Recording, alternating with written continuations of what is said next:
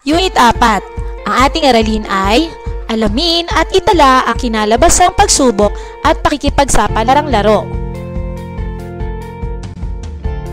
Isang araw, nag-uusap ang dalawang magkaibigan. Riz, mayroon akong takdang gawain. Maaari mo ba akong tulungan? Oo ba? Ano ang iyong takdang gawain? Kailangan kong malaman kung ilang beses tumatapat sa mga kulay ang araw nang paikutin ko ng 20 beses. Madali lang yan. Subukan nating paikutin ang araw at itala natin ang nagiging resulta. Narito ang bilog na may iba't ibang kulay na dapat nilang gamitin sa pagpapaikot ng 20 beses. Ito ang maaaring kinalabasan. Ang tawag natin dito ay tala ang score. Ipapakita natin dito kung ilang beses umikot sa bawat kulay ang bilog. Ilang beses umikot o tumapat sa pula. Tama, 3 beses. Sa asul, kaya nyo bang bilangin? Tuturuan ko kayo. Sabayan nyo ako. 1, 2, 3, 4, at ang pahilis na ito ay 5. 5, 6, 7 beses na tumapat sa kulay asul. Sa berde kaya, bilangin natin. 1, 2, 3, 4, ang pahilis ay 5, 6, 7, 8, 9, 10. 10 beses tumapat sa kulay berde. At ang kabuuan nitong lahat ay 20. Ang araw ay 3 beses na nakaturo sa kulay pula. 3 beses. Ang araw ay 10 beses na nakaturo sa kulay berde. 10 beses sa kulay berde. Ang araw ay 7 beses na nakaturo sa kulay asul.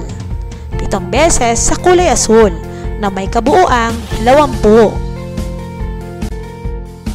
Sinasabi sa kinalabasan na ang araw ay mas maraming beses na tumapat sa kulay berde.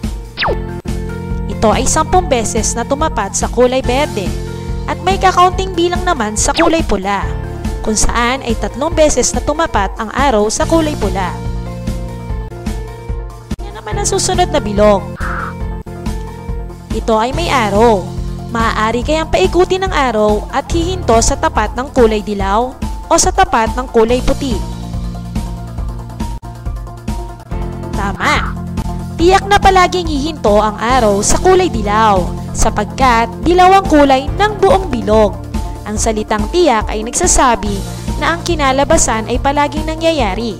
Kahit anong gawing ikot natin sa araw, ito ay tatapat sa kulay dilaw.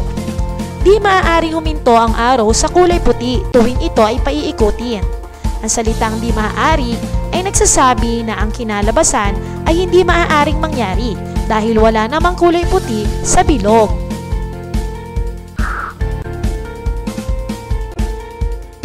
Sa pagsasanay na ito, kukuha ka ng isang holen mula sa bag.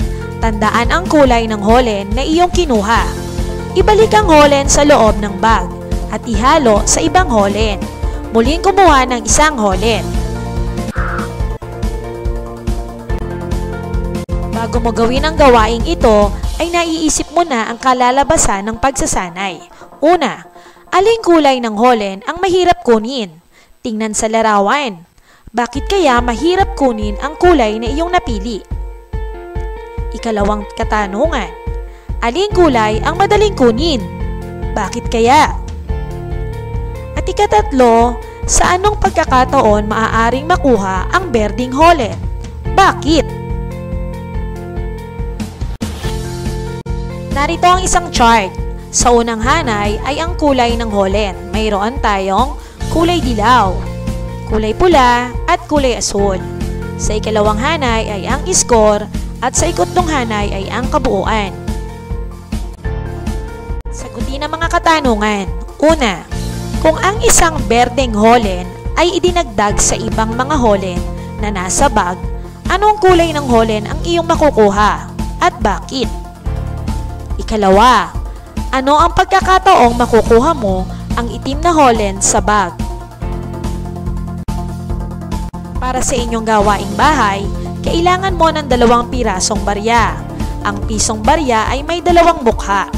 Ang isang mukha ay may larawan ng ulo ng tao at ang isang mukha ay may nakasulat na Bangko Sentral ng Pilipinas. Ito ang 2 barya. Ano ang magiging resulta kapag inihagis pataas ang pisong barya? Aling mukha ang palaging lalabas?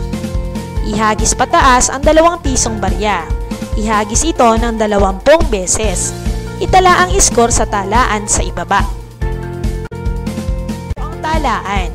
Ito ang maaaring kombinasyon ng resulta. Isulat naman sa kanang bahagi ang score. Salamat sa inyong pakikinig mga bata. Hanggang sa muli. Paalam! The borrowed materials like songs, stories, poems, photos, brand names, trademarks, videos, and others used in this material for educational purposes are owned by their respective copyright holders. Credit goes to their original owners. The author does not represent nor claim any ownership over them.